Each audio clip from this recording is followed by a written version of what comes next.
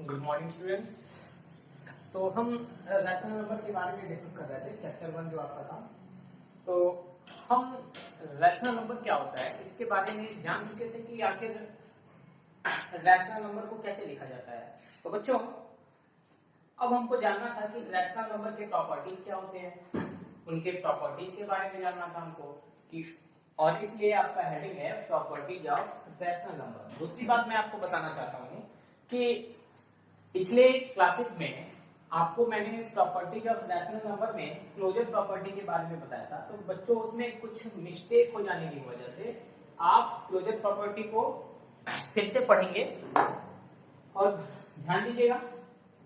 हमारा next topic है properties of rational number. तो सबसे पहले हम जानते हैं कि आखिर ये प्रॉपर्टीज क्या होता है। प्रॉपर्टीज मींस विशेषताएं होती है हर, जैसे कि होल नंबर होता है, नेचुरल नंबर होता है, फिर इंटीजर नंबर होता है। तो इन सबके कुछ ना कुछ प्रॉपर्टीज होते हैं। वैसे ही रैशनल नंबर के भी ना कुछ प्रॉपर्टीज होते हैं और उन्हीं प्रॉपर्टीज के बारे में हमको पढ़ना है। तो प्रॉपर्टीज में सबसे पहले हम जानते हैं कि रैशनल नंबर की जो प्रॉपर्टी होती है, जो पहली प्रॉपर्टी है उसको होती है उसको बोलते हैं क्लोजर प्रॉपर्टी। कौन सी प्रॉपर्टी होती है बच्चों? Closure property. पीआरओ पीआरटीआई, ठीक है। तो हम यहां पे ये देखेंगे कि क्या नाम है, रैशनल नंबर क्लोजर प्रॉपर्टी को फॉलो करता है कि नहीं करता है, या फिर क्या रैशनल नंबर क्लोजर प्रॉपर्टी पे काम करता है कि नहीं करता है। तो सबसे पहले हम जानते हैं कि क्लोजर प्रॉपर्टी क्या होता है। बच्चों यहां जानना आपके लिए बेहद जरूरी है कि आखिर ये क्लोजर प्रॉपर्टी, इसके भी 4 पोर्शन होते हैं। सॉरी, इसके भी क्लोजर प्रॉपर्टी के भी 4 पोर्शन होते हैं। जितने भी प्रॉपर्टीज आप पढ़ोगे क्लोजर प्रॉपर्टी, इसके बाद आप पढ़ोगे कम्यूटेटिव, फिर उसके बाद एसोसिएटिव के बाद आपका आएगा डिस्ट्रीब्यूटिव। तो ये जितनी भी प्रॉपर्टीज पढ़ेंगे वो आप 4 पोर्शन पे पढ़ोगे, 4 पार्ट पे पढ़ोगे। पहला एडिशन, सब्ट्रैक्शन, मल्टीप्लिकेशन और डिवीजन। और हम चेक करेंगे कि क्या रैशनल नंबर के लिए ये जो क्लोजर प्रॉपर्टी है वो एडिशन पे काम करता है कि नहीं करता है, सब्ट्रैक्शन पे वर्क करता है कि नहीं करता है, ऐसे मल्टीप्लिकेशन पे, ऐसे डिवीजन पे चेक करेंगे। तो आइए हम यहाँ देखते हैं, आपको यहाँ पे समझ में आएगा कि आखिर कैसे सारी क्या नाम है, सारी चीजें कैसे हो रही है, ठीक है ना। तो हम देखते हैं क्लोजर प्रॉपर्टी। सबसे पहले हम चेक करेंगे कि क्या क्लोजर प्रॉपर्टी एडिशन पे वर्क करता है। किस पे? क्या क्लोजर प्रॉपर्टी, पहले चेक करेंगे कि क्या ये जो क्लोजर प्रॉपर्टी है वो एडिशन पे काम करता है। तो आपसे मैं एक सिंपल सा एग्जांपल बोलता हूं और उसके हिसाब से मैं आपको समझाता हूं कि अगर आप बताइए, अगर कोई नंबर 5 हो और एक नंबर हमने ले लिया 2, जाहिर सी बात है यहाँ पे हम रैशनल नंबर को ना लेकर के, आपको पता है कि रैशनल नंबर किस फॉर्म में होता है, p/q फॉर्म में होता है, ठीक है ना। तो हम यहाँ पे कोई, अभी हम इसकी बात नहीं कर रहे हैं, रैशनल नंबर की बात नहीं कर रहे हैं। अभी हम कोई सिंपल सा नंबर ले लेते हैं 5 और दूसरा सिंपल सा नंबर लेते हैं +2, ठीक है ना। तो बच्चों जब 5 और 2 को आप ऐड करोगे तो रिजल्ट क्या आएगा आपका 7।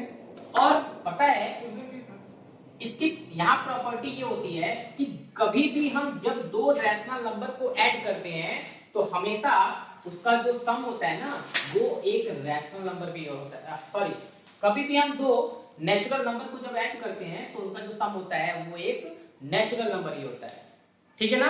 तो देखिए 5 और 2 को ऐड किया तो आपका रिजल्ट क्या आया 7, और 7 भी क्या है, एक नेचुरल नंबर है। अब हम नेचुरल नंबर को छोड़ करके रैशनल नंबर पे आते हैं। नेचुरल नंबर तो आपको पता ही है, रैशनल पे देखते हैं। तो अगर मैंने कोई नंबर रैशनल नंबर ले लिया a/b, ध्यान से सुनिएगा, ये सारे कॉन्सेप्ट है, ठीक है ना। और ये आपका इंट्रोडक्शन वीडियो है। पर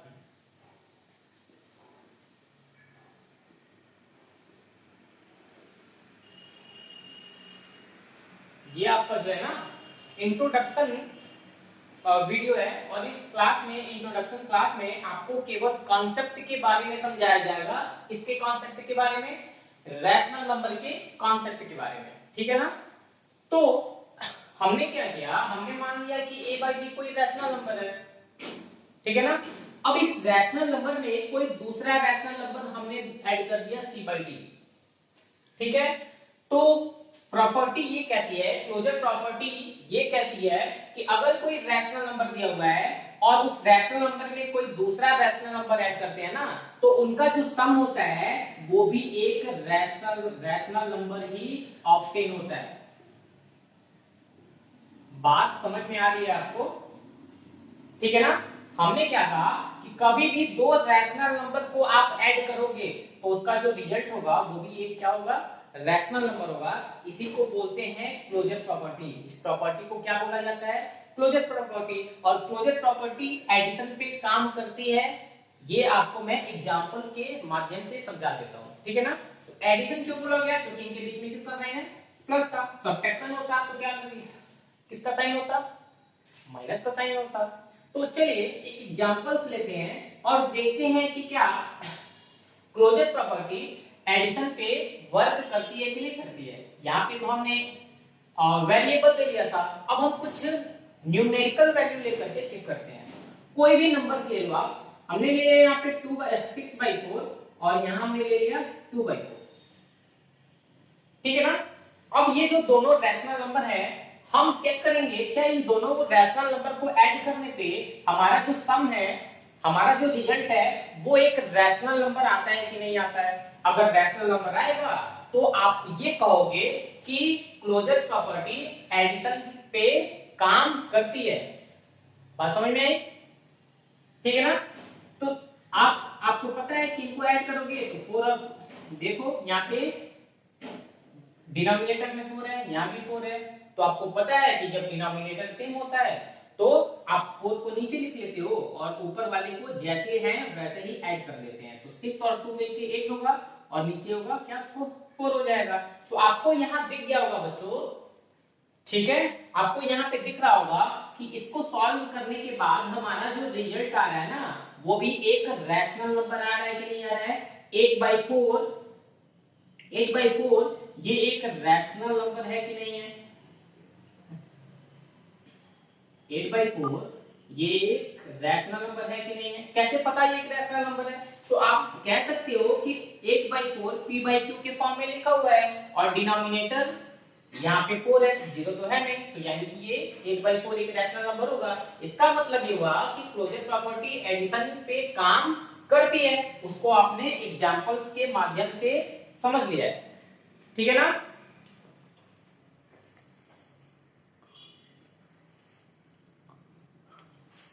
फिर अब हम देखेंगे, आपको तो ये बात समझ में आ गई ना, ठीक है। अब दूसरी चीज देखेंगे, क्या क्लोजर प्रॉपर्टी एडिशन के बाद सब्ट्रैक्शन पे काम करती है कि नहीं करती है। तो हम एडिशन को इरेज कर देते हैं, ठीक है ना, एडिशन को इरेज कर देते हैं। अब हम चेक करते हैं कि क्या क्लोजर प्रॉपर्टी सब्ट्रैक्शन पे वर्क करती है कि नहीं करती है।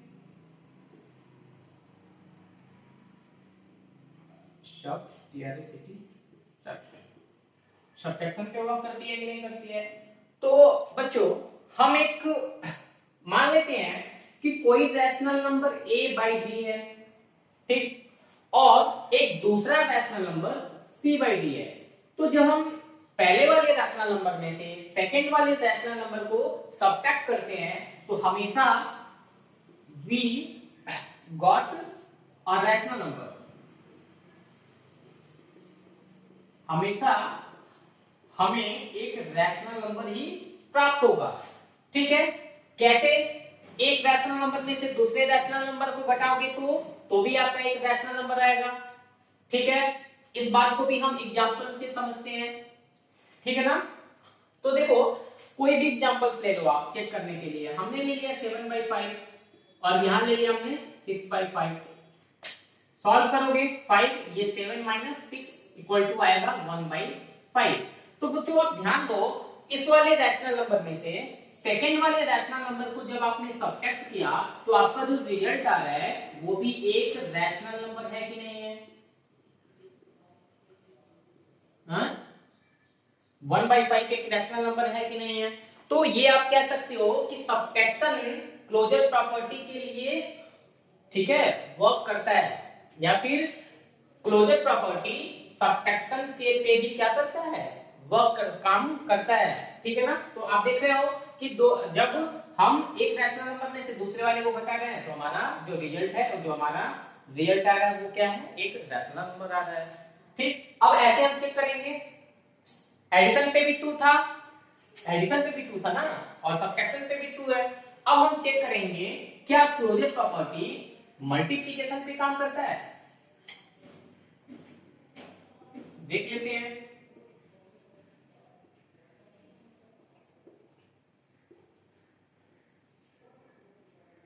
ये कॉन्सेप्ट इसलिए पढ़ाए जा रहे हैं आपको, इसलिए मैं इसको समझा रहा हूं, बता रहा हूं, ताकि आपका जो एक्सरसाइज 1.1 है ना, टोटल के टोटल क्वेश्चन इन्हीं कॉन्सेप्ट के बेसिस पे हैं, ठीक है ना। अगर ये कॉन्सेप्ट आपको अच्छे से क्लियर नहीं होंगे तो आप एक भी क्वेश्चन एक्सरसाइज का सॉल्व नहीं कर पाओगे। इस वजह से कॉन्सेप्ट को ध्यान से समझिए, जिससे कि आपको क्वेश्चन को सॉल्व करने में आप क्वेश्चन देखोगे आपको आंसर पता हो जाएगा। क्यों, कब पता होगा, जब आप कॉन्सेप्ट समझोगे ध्यान से, तब। ठीक है, अब हम चेक करेंगे कि क्या क्लोजर प्रॉपर्टी मल्टीप्लिकेशन पे काम करती है कि नहीं करती है। तो कैसे पता चलेगा कि क्लोजर प्रॉपर्टी मल्टीप्लिकेशन पे काम करती है कि नहीं करती है? तो आपको हमने एग्जांपल, हम क्या करते हैं कि हमने ले लिया कोई रैशनल नंबर a/b और उस रैशनल नंबर में मल्टीप्लाई कर दिया हमने c/d से। तो बच्चों कभी भी किसी एक रैशनल नंबर में सेकंड वाले रैशनल नंबर से मल्टीप्लाई करोगे तो भी हमेशा एक रैशनल नंबर ही ऑब्टेन होता है। इस बात को भी हम प्रूफ कर लेते हैं, एग्जांपल से देख लेते हैं कि आखिर ऐसा है कि नहीं है। अगर एक रैशनल नंबर में दूसरे वाले रैशनल नंबर का मल्टीप्लाई करते हो तो आपका जो रिजल्ट है वो भी एक रैशनल नंबर आता है। तो आप ये कह सकते हो कि क्लोजर प्रॉपर्टी मल्टीप्लिकेशन पे भी काम करती है, यानी कि क्लोजर प्रॉपर्टी मल्टीप्लिकेशन के लिए भी क्या है, ट्रू है। मल्टीप्लिकेशन के लिए भी क्या है, ट्रू है। क्यों ट्रू है? क्योंकि मल्टीप्लाई करने पे आपको क्या हुआ, रैशनल नंबर ही मिला। तो देखो, चलिए देखते हैं, कोई भी एग्जांपल ले लो, कोई भी नंबर ले लो। हमने एक रैशनल नंबर ले लिया 7/5, सेकेंड नंबर ले लिया हमने 6/4। तो बच्चे जब आप मल्टीप्लाई करोगे तो ऊपर का ऊपर करोगे, 6 में 7 का मल्टीप्लाई होगा 42 और 5 में 4 का मल्टीप्लाई होगा 20। तो जरा बताओ, तो जब आपने इस वाले रैशनल नंबर को इस वाले रैशनल नंबर से मल्टीप्लाई किया तो उनका जो मल्टीप्लिकेशन था, उनका जो प्रोडक्ट था वो एक रैशनल नंबर है कि नहीं है। तो क्लोजर प्रॉपर्टी मल्टीप्लिकेशन पे काम करती है कि नहीं करती है? जी हाँ, बिल्कुल करती है, क्योंकि कभी भी जब दो रैशनल नंबर का मल्टीप्लाई करते हैं तो हमेशा हमें रिजल्ट में रैशनल नंबर ही मिलता है। ठीक है ना बच्चों? तो आपको ये बात समझ में आ गई कि क्लोजर प्रॉपर्टी मल्टीप्लिकेशन के लिए भी क्या है, ट्रू है। मल्टीप्लिकेशन के लिए भी क्या है, ट्रू है। आपको आपसे मैं फिर से सारे कॉन्सेप्ट समझाने के बाद मैं फिर से आपसे पूछूंगा कि क्या आपको सारे कॉन्सेप्ट समझ में आए। और मेरा आपसे सवाल होगा, आप अपने घर पे बैठे हुए हेडफोन लगा करके आप लेक्चर्स देख रहे होंगे तो आप बोलेंगे, मेरे सवालों का जवाब देंगे आप, ठीक है ना। तो पहले हम कॉन्सेप्ट समझ लेते हैं, अब हम चेक करेंगे कि मल्टीप्लिकेशन पे तो काम करता है, इसको इरेज करो। फिर हम चेक करेंगे कि क्या क्लोजर प्रॉपर्टी डिवीजन के लिए वर्क करता है, DI क्या क्लोजर प्रॉपर्टी डिवीजन पे वर्क करता है या फिर नहीं करता है। तो इसको चेक करना है जब, तो आप फिर एक एग्जांपल ले लो a/b और उसमें मल्टीप्लाई कर लो दूसरे वाले रैशनल नंबर c/d से। जब मल्टीप्लाई करोगे तो सॉरी डिवीजन की बात है, तो यहाँ पे a/b में इस a/b में c/d से डिवाइड करोगे ना। अरे मान लो ऐसे लिखा होता है 4 डिवाइडेड 2, तो क्या करते हो आप इस 4 में इस 2 से डिवाइड करते हो कि नहीं करते हो? करते हो ना। वैसे ही ये वाला रैशनल नंबर है, तो इस वाले रैशनल नंबर में c बाई d से क्या करना है, डिवाइड करना है। तो हम कभी भी अगर a बाई b किसी रैशनल नंबर में c बाई d से डिवाइड करते हैं तो हमारा जो रिजल्ट होता है ना वो भी एक रैशनल नंबर ही आता है, ठीक है ना। लेकिन बच्चों यहाँ पे कंडीशन कंडीशन होती है। कंडीशन क्या होता है, ठीक है ना,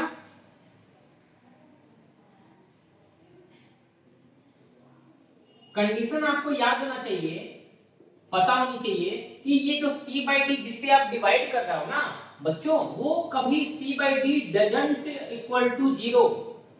c बाई डी कभी भी जीरो मत रखिएगा। जैसे मैं एक एग्जांपल से समझता हूं कि अगर 7 बाई 9 कोई रैशनल नंबर है और 8 बाई 5 किसी दूसरे रैशनल नंबर से डिवाइड करते हो तो 8 बाई 5, 2 बाई 5, 2 बाई 3, 7 बाई 8 कोई भी नंबर यहाँ पे ले लो, कोई भी रैशनल नंबर यहाँ पे ले सकते हो। चाहे मन करे तो आप यहाँ पे 2 भी ले सकते हो, ठीक है ना, कोई भी नंबर से ले सकते हो। लेकिन क्योंकि 15 अगर मान 15 ले लेते हो तो भी इसका बाई 1 लिखा जा सकता है जो कि एक रैशनल नंबर है। कोई भी नंबर ले सकते हो सिवाय जीरो के। जीरो जीरो अगर ले लेते हो ना c बाई डी की जगह पे तो आपको पता है कि जब 7 बाई 9 में जीरो से डिवाइड करोगे तो आ जाएगा यहाँ पे 7 बाई जीरो, सॉरी 7 बाई 9 और पूरे का होल जीरो। और आपको पता है कि कभी भी ऐसे जो नंबर्स होते हैं ना जिसमें डिनोमिनेटर जीरो होता है तो उसका जो वैल्यू होता है वो हो जाता है not defined.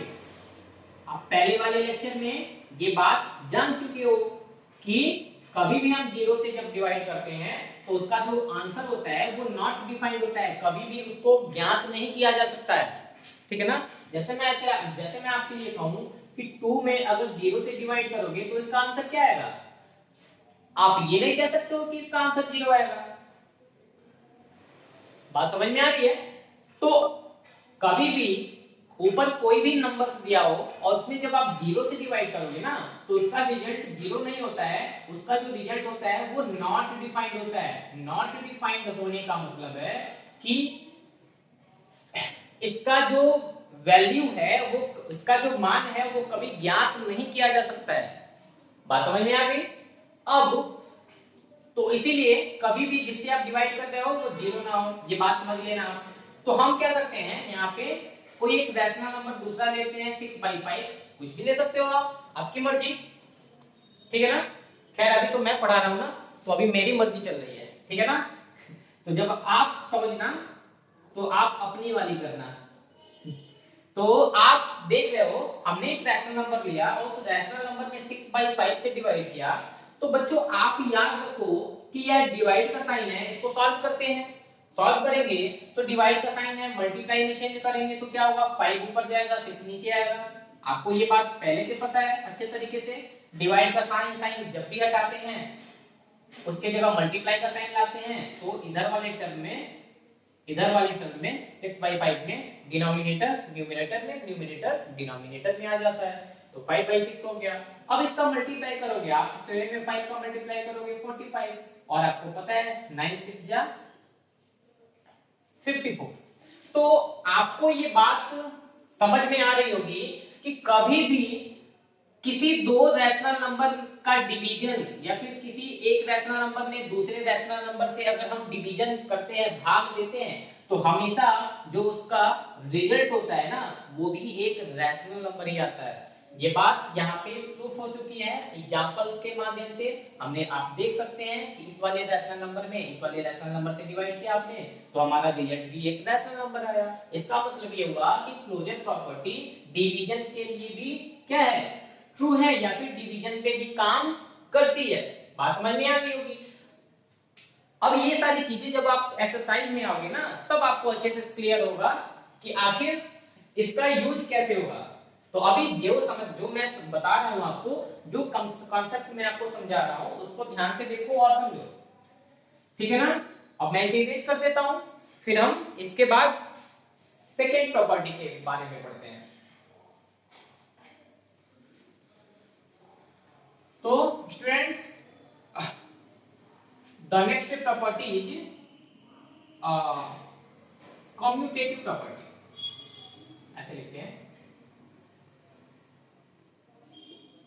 The next property is commutative property.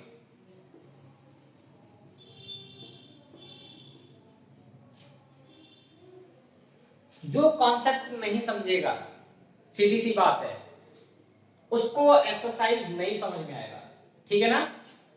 मैं फिर से रिपीट कर रहा हूं, जो कॉन्सेप्ट ध्यान से नहीं समझेगा उसको एक्सरसाइज जब सॉल्व करने बैठेगा या फिर मैं सॉल्व कराऊंगा, मैं आपको समझाऊंगा, आपको नहीं समझ में आएगा। आपको पता है कि जब शुरुआत, जब स्टार्टिंग अच्छे से होती है ना, तो उसका अंत भी अच्छा होता है। तो आप स्टार्टिंग की चीजें अच्छे से समझते हुए चलो, तभी बीच वाली चीजें समझ में आएंगी, ठीक है ना बच्चों। अब हम आते हैं कम्यूटेटिव प्रॉपर्टी पे, कम्यूटेटिव प्रॉपर्टी पे, ठीक है ना। अब ये कम्यूटेटिव प्रॉपर्टी क्या होता है, तो बच्चों एक सिंपल सा एग्जांपल्स ले लेते हैं, एग्जांपल्स के माध्यम से समझते हैं कि अगर मैं कहूं कि a प्लस बी कोई नंबर है, ठीक है ना, ध्यान से देखना, a प्लस बी कोई नंबर है, तो आपको इसको अगर इस दोनों के प्लेस को चेंज कर दो तो आप इसको b प्लस ए लिख सकते हो, यानी कि a प्लस बी इन दोनों का जो वैल्यू आएगा वो जो वैल्यू होगी b प्लस ए के बराबर होगी। बात समझ में आ रही है। a में b को ऐड करोगे वही आएगा जो b में a को ऐड करोगे। देखो जरा ध्यान से, यहाँ पे प्लेस को रिप्लेस कर दिया गया है ना, a b के पास, यहाँ देखो a को क्या किया गया है, यहाँ a पहले b बाद में है, यहाँ b पहले है a बाद में है, तो a प्लस b को जब ऐड करोगे तो जो वैल्यू आएगी वही b प्लस ए को ऐड करने पे ही आएगी, ठीक है ना।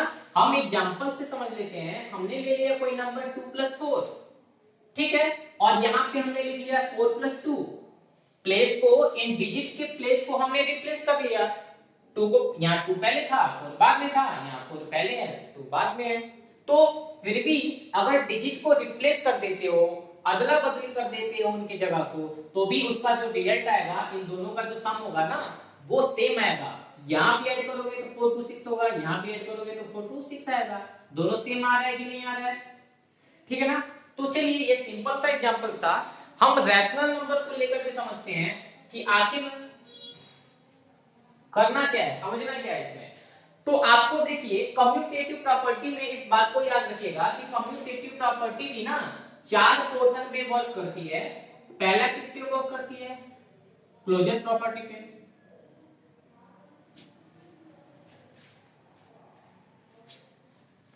हाँ सॉरी, पहला किस पे, एडिशन पे,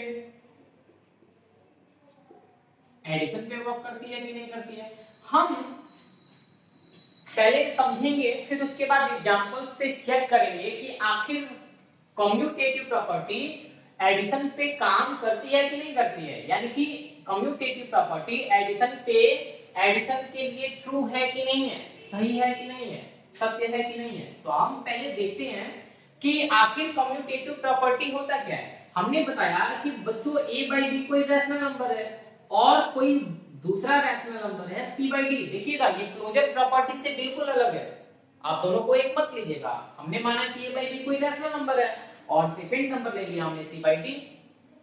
अब अगर हम इसको c by d को पहले और a by b को बाद में लिखते हैं तो देखिए इन दोनों का जो सम होगा ना, इन दोनों का सम जितना आएगा वही सम इन दोनों का भी आएगा। बात समझ में आ रही है, ठीक है ना।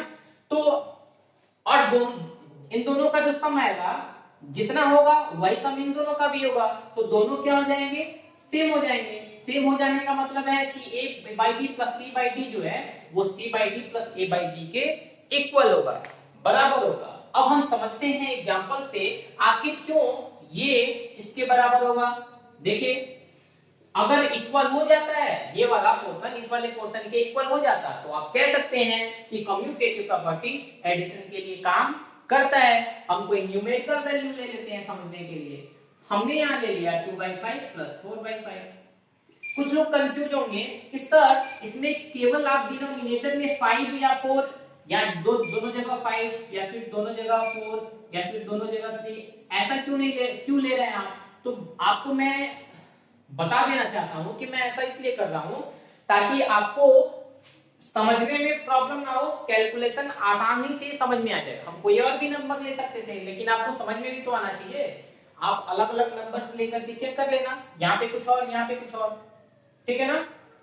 आप लाइक फ्रैक्शन, अनलाइक फ्रैक्शंस, बहुत सारे तरीके के फ्रैक्शंस होता है, क्लास 7 में पढ़ चुके हो, क्लास 6 में भी है वो। तो यहाँ पे आपको बता दूं कि जब बेस इक्वल होता है ना, ठीक है, तो जब बेस कह रहा हूं, जब डिनोमिनेटर इक्वल होता है, दिखने में एक जैसा होता है, यानी कि जब डिनोमिनेटर सेम होता है ना, तो उसको बोलते हैं हम लाइक फ्रैक्शन। कौन सा फ्रैक्शन है? लाइक फ्रैक्शन होता है, ये बात याद रखिएगा आपको। और इतना ये भी जान लीजिए कि लाइक फ्रैक्शंस जब होता है तो अभी मैं बताता हूं, तो जब हम इनको ऐड करते हैं ना, तो 5 को वैसे लिख देते हैं और ऊपर वाले को ऐड कर लेते हैं, ठीक है। तो अभी हम समझ रहे थे कि कोई रैशनल नंबर 2/5 और 4/5 हमने ले लिया। अब हम इनके डिजिट के प्लेस को बदल देते हैं, चेंज कर देते हैं। 4/5 पहले आ गया हो और 2/5 बाद में आ गया। अब हम इन दोनों को ऐड करते हैं, इन दोनों को भी ऐड करके देखते हैं, क्योंकि प्लस का साइन है इनके बीच में। तो जरा ऐड करो, ये ऐड करोगे 2 + 4/5 और इन दोनों को ऐड करोगे 4 + 2/5, दोनों ऐड करोगे 6/5, यहाँ भी आया 6/5। जरा ध्यान दो, तो ये 6/5 6/5 दोनों सेम है कि नहीं है? सेम आ रहा है कि नहीं आ रहा है? सेम आ रहा है ना। इसका मतलब ये है,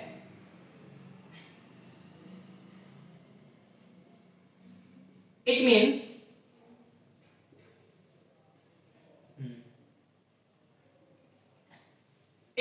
इसका मतलब ये है बच्चों कि कम्यूटेटिव प्रॉपर्टी, देखिए a/b c/d कोई दो रैशनल नंबर है, उनको ऐड करते हो, जो रिजल्ट आएगा वो इन दोनों को ऐड करने पे आएगा। तो हमने एग्जांपल्स के माध्यम से समझा, इन दोनों को ऐड करना है, वही आ रहा है 6/5, इन दोनों को भी ऐड किया तो क्या आया 6/5 आया। दोनों सेम है कि नहीं है? तो जब सेम है यानी कि दोनों जो है सेम है और रैशनल नंबर है, तो हम कह सकते हैं कि कम्यूटेटिव प्रॉपर्टी एडिशन पे काम करती है, या फिर एडिशन, कम्यूटेटिव प्रॉपर्टी एडिशन के लिए ट्रू है।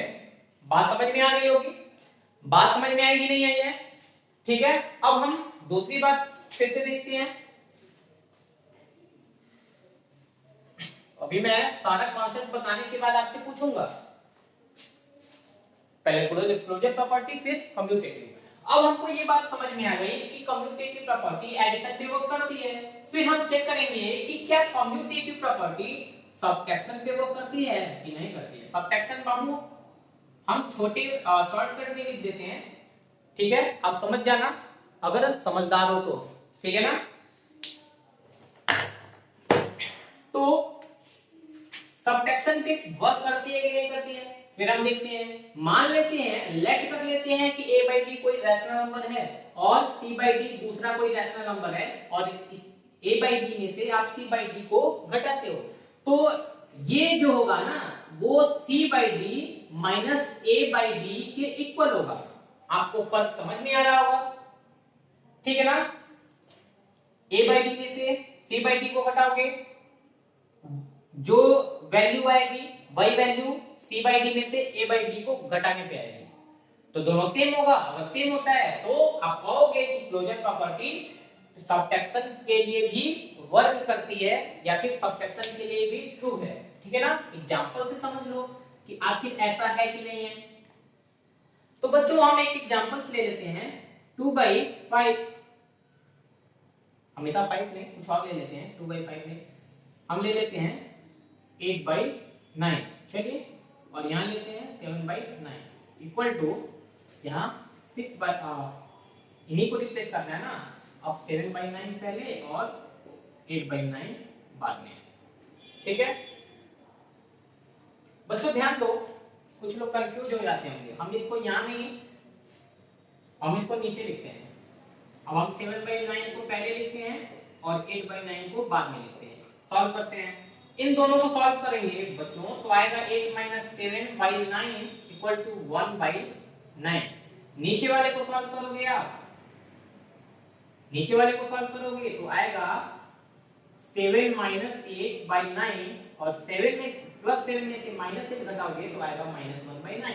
अब आपको सीधे सीधे फर्क दिख रहा होगा कि यहाँ पे 1/9 आया है और यहाँ क्या आया है -1/9 आया है। बात समझ में आ रही है आपको? जब 8/9 में से 7/9 को घटाया आपने तो 1/9 आया। वहीं आपने डिजिट वाला जो डिजिट है उसके प्लेस को बदल दिया, 8/9 को आपने बाद में कर दिया यहाँ पे और 7/9 को पहले लिखा, तो अब उसको सॉल्व करने के बाद आया -1/9। अब देखो यहाँ पे प्लस है, यहाँ माइनस है, ठीक है। तो अब यहाँ पे ये जो दोनों हैं वो सेम नहीं है। सेम है क्या? नहीं है सेम। तो जब सेम नहीं है तो आप कह सकते हो कि कम्यूटेटिव प्रॉपर्टी सब्ट्रैक्शन के लिए वर्क नहीं करती है, या फिर कम्यूटेटिव प्रॉपर्टी सब्ट्रैक्शन के लिए ट्रू नहीं है। ट्रू नहीं है तो क्या है? फॉल्स है। बात समझ में आ गई? अगर ये दोनों सेम आ गया होते तो आप कह सकते होते कि कम्यूटेटिव प्रॉपर्टी सब्ट्रैक्शन को भी क्या करती है? सब्ट्रैक्शन पे काम करती है, ठीक है ना। अब ये बात समझ में गए होंगे आप लोग, इसे आप नोट करते रहोगे कॉपी पे, बहुत इंपॉर्टेंट है। फिर से हम आगे समझते हैं। एक मिनट बच्चों,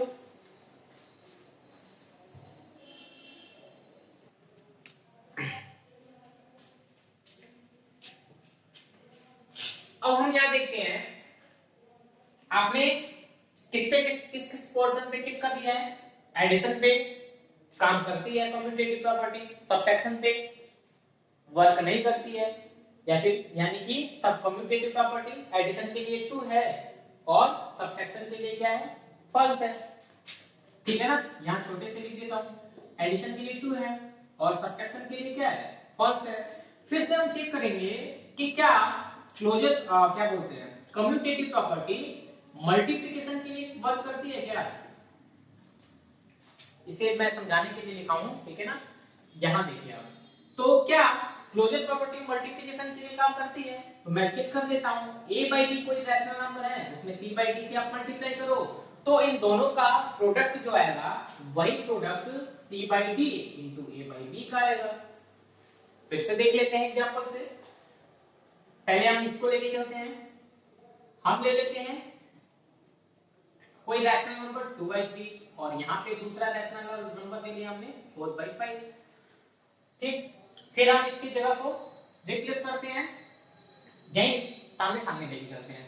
4/5 को पहले लिख लेते हैं और 2/3 को बाद में लिख लेते हैं। तो आप जब इसको मल्टीप्लाई करोगे तो यहाँ पे आएगा 2 4 जा 8, 3 5 जा 15, यहाँ क्या आएगा 4 2 जा 8, 5 3 जा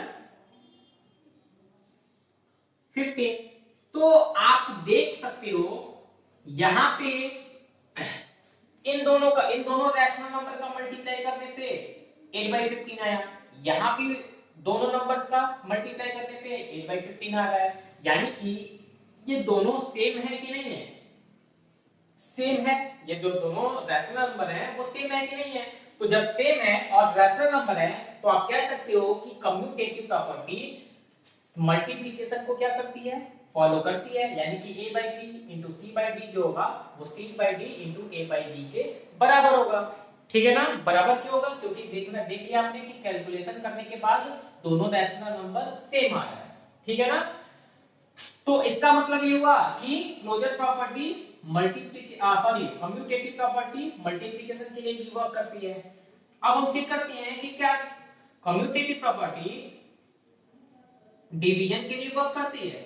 डिवीजन के लिए चेक कर लेते हैं। चलो भाई डिवीजन देखते हैं। भाग तो सबको आता होगा, जो नहीं आता होगा भाई सीख लो यार भाग। क्या करोगे?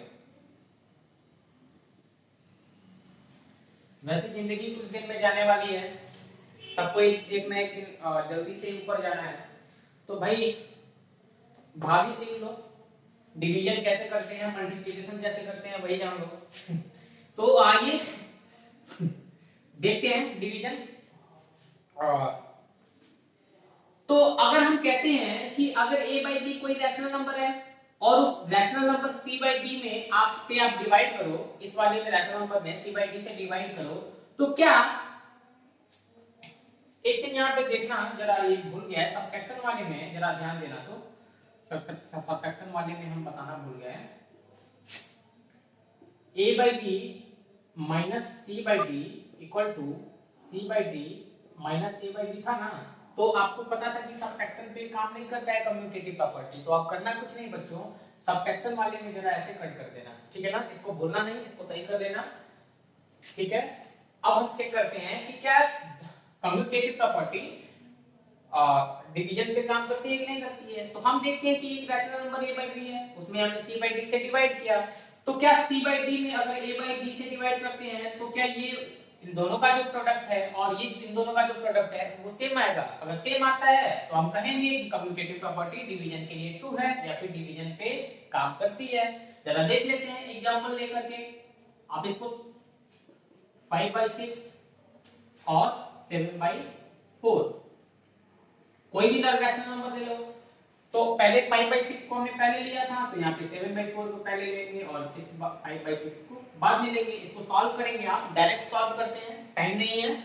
तो आपका आएगा 5/6 मल्टीप्लाई में चेंज करोगे 4 ऊपर जाएगा 7 नीचे आएगा। क्या डायरेक्ट करें तुम लोग समझ नहीं पाओगे। 7/4 मल्टीप्लाई में चेंज करोगे 6 ऊपर 5 नीचे आएगा, मल्टीप्लाई 5 4 जा 20 नीचे 42 और ये आ गया 42 नीचे कितना आया 20। बच्चों जरा ध्यान दो,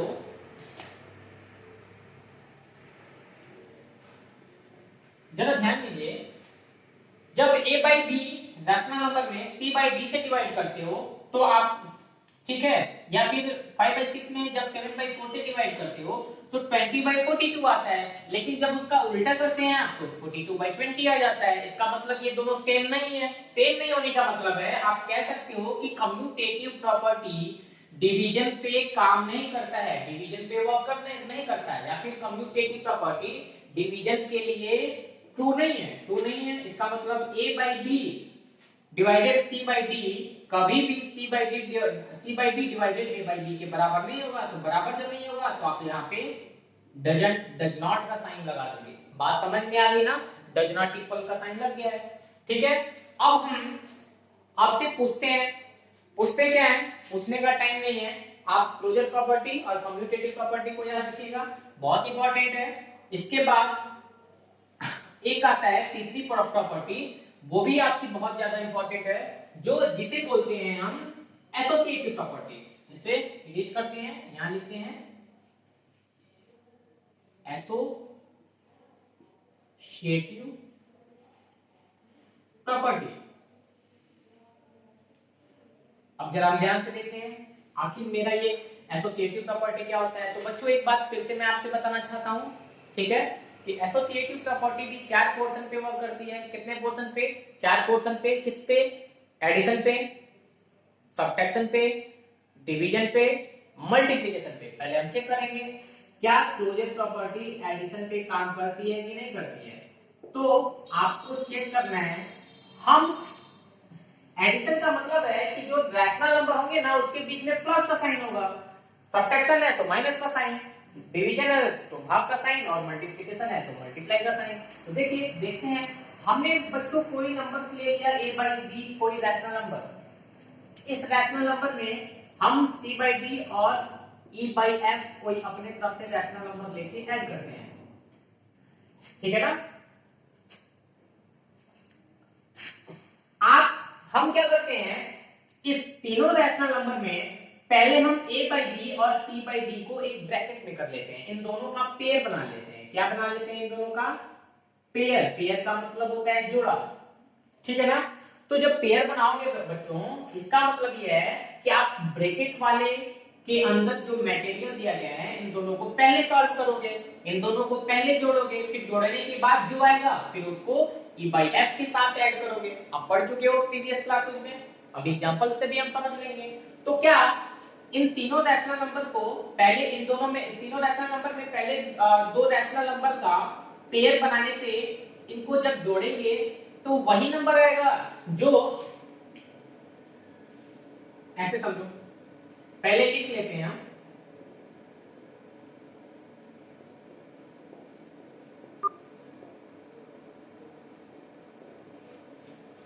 फिर क्या हुआ है, इसमें हमने क्या किया है, तीनों रैशनल नंबर में a बाई b को बाहर कर दिया, इसमें तो ए बाई बी को अंदर कर लिया था, ए बाई बी और सी बाई डी को, ई बाई एफ को बाहर कर लिया था। हमने क्या किया इसमें, यहाँ पे हमने ए बाई बी को बाहर कर लिया और C by D plus E by F का पेयर बना लिया।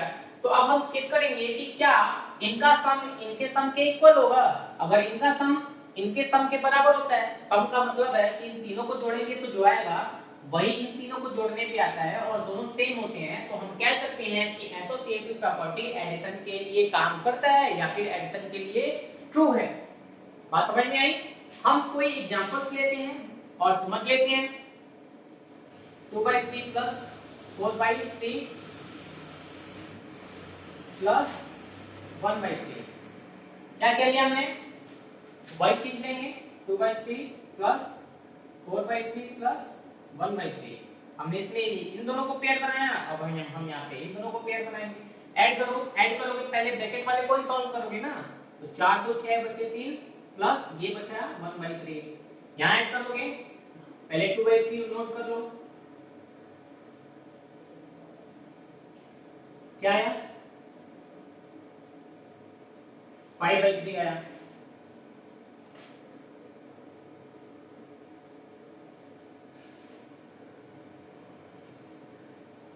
ठीक है ना? अब यहाँ पे फिर से ऐड करो तो ये आएगा 7/3 और यहाँ पे आएगा 2 + 5 7/3। तो आप देख सकते हो, यहाँ पे आपने देख लिया कि इनका सम इनके सम के बराबर है। तो जब दोनों 7/3 दोनों बराबर आया है, इसका मतलब ये कह सकते हैं कि एसोसिएटिव प्रॉपर्टी एडिशन पे काम करता है। तो एडिशन पे काम करता है तो यहाँ पे तो डज नॉट का साइन तो लगाने की जरूरत नहीं है। इसका मतलब ये हुआ कि a by B plus c by D plus e by f जो होगा ना, वो a by B plus bracket में c by D plus e by f के बराबर होगा। बात समझ में आई? अब हम चेक करेंगे कि क्या, इसको नोट कर लेना, एसोसिएटिव प्रॉपर्टी वो क्या नाम है, एडिशन पे तो वर्क करती है, एडिशन पे तो वर्क करती है, ठीक है ना? लिख लेते हैं।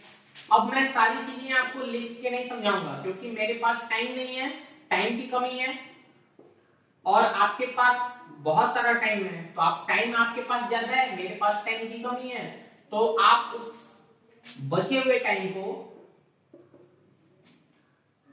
इन सारी चीजों को सॉल्व करने में और समझने में लगाएंगे, ठीक है ना? तो a by B plus c by D plus e by f, ठीक है? एसोसिएटिव प्रॉपर्टी एडिशन में वर्क करती है। अब हम केवल आपको ये इतना बताते हुए चलते हैं, हम आपको एग्जांपल से समझाएंगे नहीं, हम आपको बस बताते चलेंगे कि आखिर एडिशन पे काम करती है कि नहीं करती है, एसोसिएटिव प्रॉपर्टी सब्ट्रैक्शन पे काम करती है या फिर नहीं करती है, डिवीजन पे वर्क करती है नहीं करती है, सब्ट्रैक्शन पे वर्क करती है कि नहीं करती है, देखते हैं। तो आपको मैं बता दूं कि एसोसिएटिव प्रॉपर्टी डिवीजन सब्ट्रैक्शन पे वर्क नहीं करती है, ठीक है ना बच्चों? आप इस बात को ऐसे ही इन तीनों रैशनल नंबर की जगह कोई दूसरा न्यूमेरिकल रैशनल नंबर ले लेना और इस बात को प्रूफ करके देख लेना। अगर सेम आएगा दोनों एलएचएस और आरएचएस तो हम कहेंगे कि एसोसिएटिव प्रॉपर्टी सब्ट्रैक्शन के लिए वर्क करती है, नहीं सेम आएगा तो भाई नहीं करती है। लेकिन मैं आपको पहले ही बता देता हूं कि क्लोजर प्रॉपर्टी सब्ट्रैक्शन पे एसोसिएटिव प्रॉपर्टी सब्ट्रैक्शन पे काम नहीं करती है, काम नहीं करती है, मैं काम नहीं करती है, इसलिए डजंट का साइन लगाएंगे। यहां लिखेंगे a by B minus c by D minus e by f और इसमें इन दोनों को ब्रैकेट में डालेंगे, यानी कि ये जो पोर्शन होगा इस वाले पोर्शन के बराबर नहीं होगा, ठीक? अब देखेंगे क्या मल्टीप्लिकेशन के लिए काम करती है, तो जी हाँ, एसोसिएटिव प्रॉपर्टी मल्टीप्लिकेशन के लिए वर्क करती है। a by B into c by D into e by f equal to a by B into c by D into e by f, इसमें इन दोनों को कर लो तो हाँ करती है भाई, इक्वल का साइन रहेगा। डिवीजन पे वर्क नहीं करती है, ये सारी चीजें आप दिमाग में बैठा लो। क्लोजर वाले ने पढ़ा, एडिशन सब्ट्रैक्शन मल्टीप्लिकेशन डिवीजन चारों पे वर्क कर रहा था क्लोजर प्रॉपर्टी। उसके बाद आपने कम्यूटेटिव पढ़ा, तो उसमें किस पे कर रहा था, कुछ पे कर रहा था, कुछ पे नहीं कर रहा था। मतलब एडिशन पे वर्क कर रहा था, सब्ट्रैक्शन पे नहीं कर रहा था।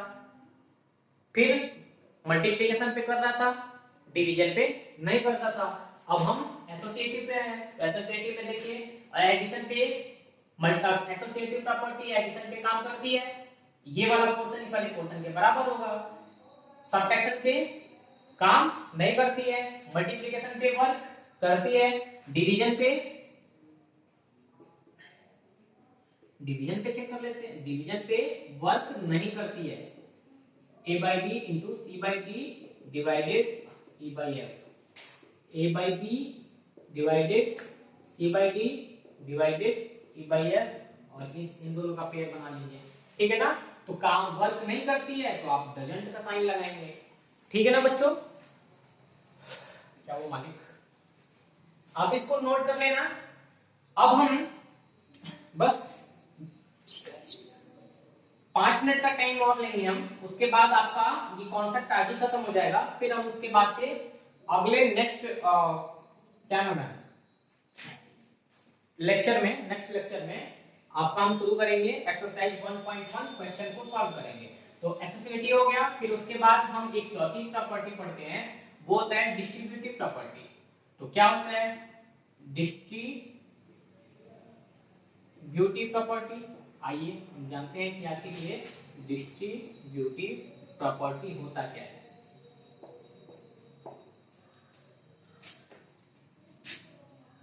ठीक है, तो आपको पता है, पहले हम देखते हैं, जैसे आप एक सिंपल सा नंबर लेते हैं, हमने ले लिया x + 3 और उसमें हम 4 से मल्टीप्लाई करते हैं। तो बच्चों आपको पता होगा, ये चीजें आप जानते होंगे कि 4 से मल्टीप्लाई अगर x + 3 में करना है तो आप पहले 4 का मल्टीप्लाई किस में करते हो, x में ही तो करते हो। 4 का मल्टीप्लाई किस में करते हो, x में करते हो।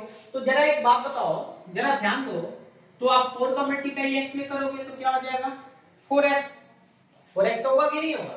फिर आप इसी 4 का मल्टीप्लाई किसमें करोगे, 3 में करोगे। तो 3 में मल्टीप्लाई करने से पहले बीच में प्लस है, प्लस का साइन लगाओ, और 4 3 जा कितना होता है 12 होता है। तो आप 4 से जब x में करोगे 4x, 3 में करोगे 12 होगा। तो इसी प्रॉपर्टी को, इसी तरीके को, ये जो तरीका है ना, उसी तरीके को, उसी विशेषता को बोलते हैं डिस्ट्रीब्यूटिव प्रॉपर्टी। बात समझ में आई आपको, कौन सी प्रॉपर्टी बोलते हैं, डिस्ट्रीब्यूटिव प्रॉपर्टी। अब हम इसी को रैशनल नंबर पे चेक करेंगे। तो रैशनल नंबर पे देखते हैं डिस्ट्रीब्यूटिव प्रॉपर्टी क्या है, एडिशन पे काम करता है, चेक करते हैं। तो a by b कोई रैशनल नंबर है, प्लस उसमें c by d और प्लस e by f से मल्टीप्लाई करते हो, तो आप इसका जो रिजल्ट होगा वो एक मिनट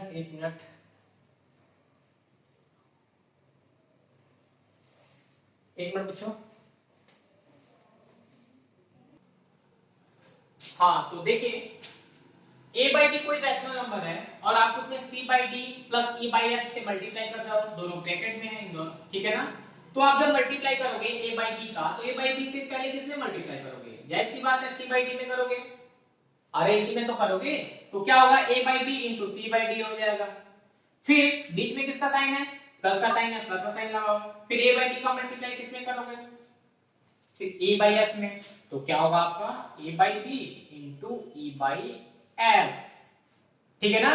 तो इसी प्रॉपर्टी को बोलते हैं डिस्ट्रीब्यूटिव प्रॉपर्टी। तो इसमें बेटा अगर ये डिस्ट्रीब्यूटिव प्रॉपर्टी एडिशन पे वर्क करता है और सब्ट्रैक्शन पे वर्क करता है, इसमें मल्टीप्लिकेशन और डिवीजन होता ही नहीं है, ठीक है ना। अगर सब्ट्रैक्शन की बात करोगे तो आप लिख सकते हो a by b into c by d, और बीच में यहाँ जहां प्लस का साइन है वहां माइनस का साइन लगा दोगे, तो क्या होगा a by b into c by d। Minus की वजह से यहाँ माइनस आएगा, तो a by b minus e by f हो जाएगा,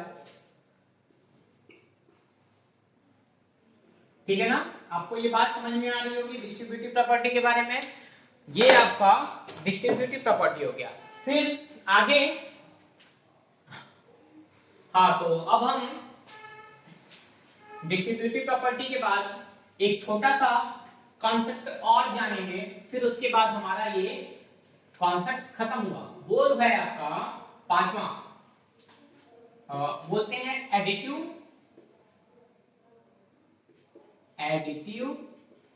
आइडेंटिटी।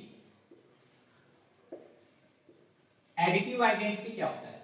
तो बच्चों हम समझते हैं कि एडिटिव आइडेंटिटी क्या होता है, ठीक है ना। अगर कोई नंबर है 2/3, एग्जांपल्स के थ्रू हम समझते हैं कि आखिर एडिटिव आइडेंटिटी किसे कहते हैं। अगर कोई नंबर से 2/3 और उस 2/3 में आप 0 को ऐड करो, तो जब आप किसी रैशनल नंबर में 0, ये देखो 2/3 एक रैशनल नंबर है, एडिटिव आइडेंटिटी क्या होता है वही मैं समझा रहा हूँ, ध्यान से सुनिए। अगर कोई रैशनल नंबर है और उस रैशनल नंबर में जब आप 0 को ऐड करोगे ना, तो भी आपको वही नंबर मिलेगा जब आप, ठीक है ना। फिर आप 0 में क्या करो, 2/3 को ऐड करो, तो भी आपको क्या मिलेगा, वही रैशनल नंबर मिलेगा। यानी कि ये दोनों सेम आ रहे हैं कि नहीं आ रहे हैं, सेम है कि नहीं है। इसका मतलब ये है कि 2/3 प्लस 0 इक्वल टू 0 प्लस 2/3, इनको भी जोड़ेंगे तो भी 2/3, इनको भी ऐड करोगे तो भी 2/3, तो ये इक्वल टू क्या है, 2/3 आएगा। तो यहाँ पे जो 0 होता है, इसी 0 को बोलते हैं additive identity for rational number. ये जो 0 है, इसी 0 को क्या बोलते हैं, लिखते हैं 0 is additive identity for rational number, ठीक है ना। समझना बस इतना था, जानना बस इतना था कि कभी भी आप किसी भी रैशनल नंबर में 0 को ऐड करोगे तो आपको वही रैशनल नंबर ऑब्टेन हो जाएगा, और इसे ही हम एडिटिव आइडेंटिटी कहते हैं, ठीक है ना। इसका यूज, इस तरह का यूज आप जब भी इस तरह का सेंटेंस या इस तरह का स्टेटमेंट आप देखोगे, तो आप इस बात को जान लेना कि ये आपका क्या है, एडिटिव आइडेंटिटी है। क्या है आपका, एडिटिव आइडेंटिटी है, ठीक है ना। तो ये बात समझ में आई होगी आपको, इसको नोट कर लेना आप। फिर हम समझते हैं दो चीज, छोटी छोटी चीजें और हैं। एडिटिव आइडेंटिटी के बाद आपको जानना है एडिटिव इनवर्स क्या होता है। एडिटिव इनवर्स, तो बच्चों एक बात बताओ,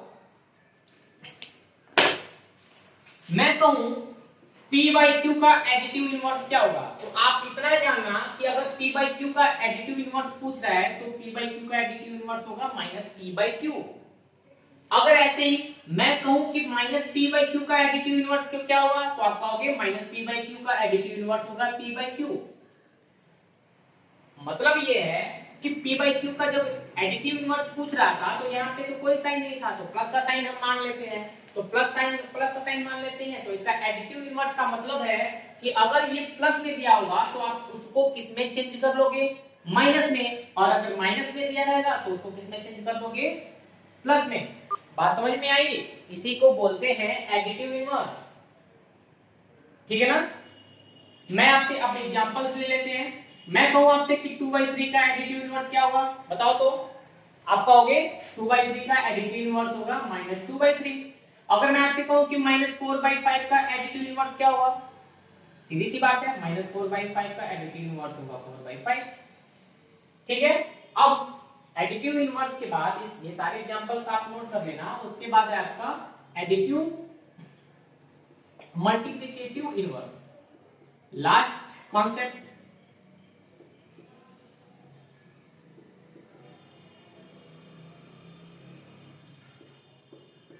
मल्टीप्लिकेटिव इनवर्स, बच्चों अगर मैं आपसे कहूं कि P/Q एक रैशनल नंबर है और इस रैशनल नंबर का मल्टीप्लिकेटिव इनवर्स क्या होगा, तो आपको करना कुछ नहीं है। मल्टीप्लिकेटिव देखिएगा, यहाँ एडिटिव नहीं है, मल्टीप्लिकेटिव है। मल्टीप्लिकेटिव एंड इनवर्स में ठीक उसका अपोजिट हो जाता है, यानी कि P/Q का मल्टीप्लिकेटिव इनवर्स Q/P होगा। Q ऊपर जाएगा और P नीचे आ जाएगा। बात समझ में आई। ऐसे एग्जांपल्स ले लेते हैं कि अगर आपसे पूछा जाए कि 2/5 का मल्टीप्लिकेटिव इनवर्स क्या होगा, तो 5/2 होगा, ठीक है बच्चों। तो आज तक आज के लिए बस इतना ही। आपका ये टोटल जो भी जितना भी कॉन्सेप्ट था वो सारा कॉन्सेप्ट आपका आज खत्म हो गया। अब हम नेक्स्ट लेक्चर में आपसे एक्सरसाइज 1.1 पे डिस्कस करेंगे। आज के लिए इतना ही बस। धन्यवाद।